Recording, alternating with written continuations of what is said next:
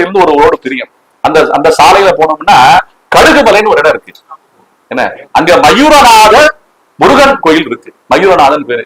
அந்த மலை தான் இந்த சம்பாதியினுடைய தோற்றமாக இருக்கின்ற கழுகு மலை.